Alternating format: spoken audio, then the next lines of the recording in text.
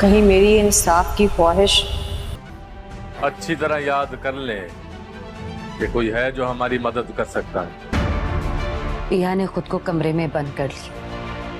पिया पिया पिया उसका नाम सुनता हूं तो दिमाग खराब हो जाता है मेरा। उसके बाद मैं इस कबाड़िए के ऊपर 50 करोड़ का केस फाइल करूंगा। ना उलझे इन अमीरों से। क्या करूं? एक तरफ बाबा है और दूसरी तरफ एक मसलूम लड़की। जी करता है कि जान से मार दूं उसे मैं। ये सब कागजात काफी नहीं है मुजरिम का जुर्म साबित करने के लिए। शहरयार ने जो डिटेल्स भेजी हैं उससे कुछ नहीं होगा। आपके सवाल का जवाब नहीं है मेरे पास पिया जी। मैंने तो तुमसे कोई सवाल नहीं किया साबित। 50 करोड़ दिवालिया निकल जाएगा उसका। मुझे पूरी उम्मीद है। फिर मैंने अपनी भी हर उम्मीद तुम्हारी उम्मीद से बांधती है साबित। ऐसा अपने दुश्मन को ऐसी जगह लाके मारता है जहाँ पानी भी खुश्क हो चुका होता है। कैसे अपने बाबा के खिलाफ जाके कोर्ट को सारे सबूत दे दूं?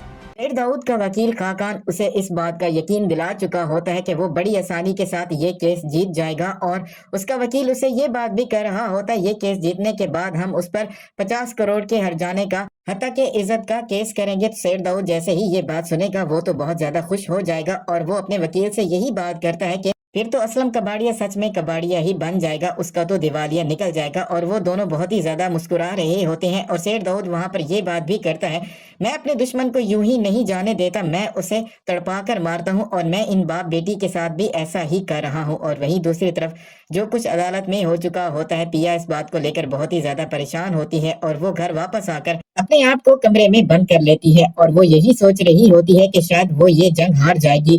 और वहीं दूसरी तरफ आलियार भी बहुत ज्यादा परेशान हो चुका होता है क्योंकि उसके लिए फैसला करना बहुत ही ज्यादा मुश्किल हो रहा होता है क्योंकि एक तरफ तो पिया होती है जिससे वो मोहब्बत करता है और वहीं दूसरी तरफ उसका अपना सगा बाप है जो उससे बहुत ज्यादा मोहब्बत करता है। और आलियार यही सोच रहा होता है पिया के साथ बहुत ज्यादा जुल्म और नाइंसाफी हो चुकी है और ये जुल्म और नाइंसाफी करने वाला कोई और नहीं बल्कि उसका अपना सगा बाप ही है। और उसका दोस्त कामी भी उसे यही बात बता रहा होता है कि तुम्हें पिया की बात का एतबार करना चाहिए था लेकिन तुमने उसकी बात का एतबार नहीं किया, अब तुम्हें उसका साथ देना चाहिए। उनके पास जो सबूत हैं वो काफी नहीं है तुम्हारे बाप का जुर्म साबित करने के लिए। तो आलियार बहुत ज्यादा परेशान हो जाएगा और अपने दोस्त कामी से यही बात करेगा, मैं ऐसा कैसे कर सकता हूँ, अपने ही बाप के खिलाफ जाकर सारे सबूत कोर्ट में कैसे जमा करवा दूं। और वहीं दूसरी तरफ पिया भी बहुत ज्यादा परेशान नजर आ रही होती है। सांवल पिया को जैसे ही परेशानी के आलम में देखेगा तो वो उसके पास जाएगा और उसे दिलासा और तसल्ली देने की कोशिश करेगा। तो पिया उसे यही सवाल करती है, क्या उम्मीद है कि हम ये केस जीत सकते हैं या नहीं। तो सांवल उससे यही बात करता है, आपको घबराने की जरूरत नहीं है, मुझे यकीन है कि हम ये केस जीत जाएंगे। तो पिया उसे यही बात करती है,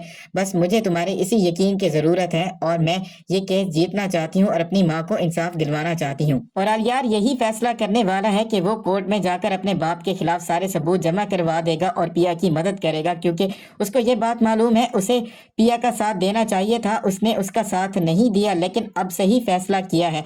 और सैयद दाऊद के खिलाफ जैसे ही अदालत में सबूत आएंगे और वो सबूत देने वाला कोई और नहीं उसका अपना सगा बेटा ही होगा, तो सैयद दाऊद के पांव तले से जमीन निकल जाएगी।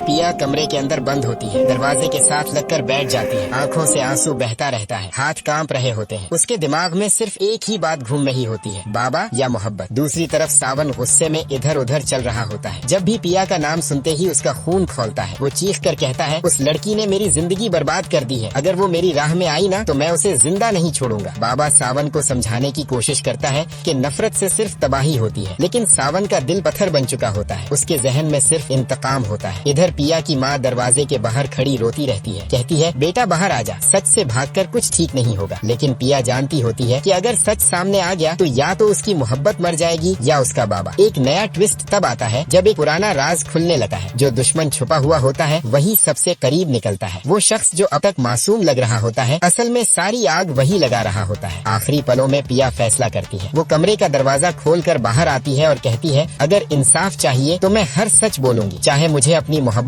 कुर्बान क्यों न करनी पड़े। सावन और बाबा आमने सामने होते हैं। मोहब्बत और इंतकाम का आखिरी इम्तिहान होता है, सबकी सांसें रुकी होती है और यहीं पर कहानी अपने इंतहाई जज्बाती और शॉकिंग एंड की तरफ जाती है।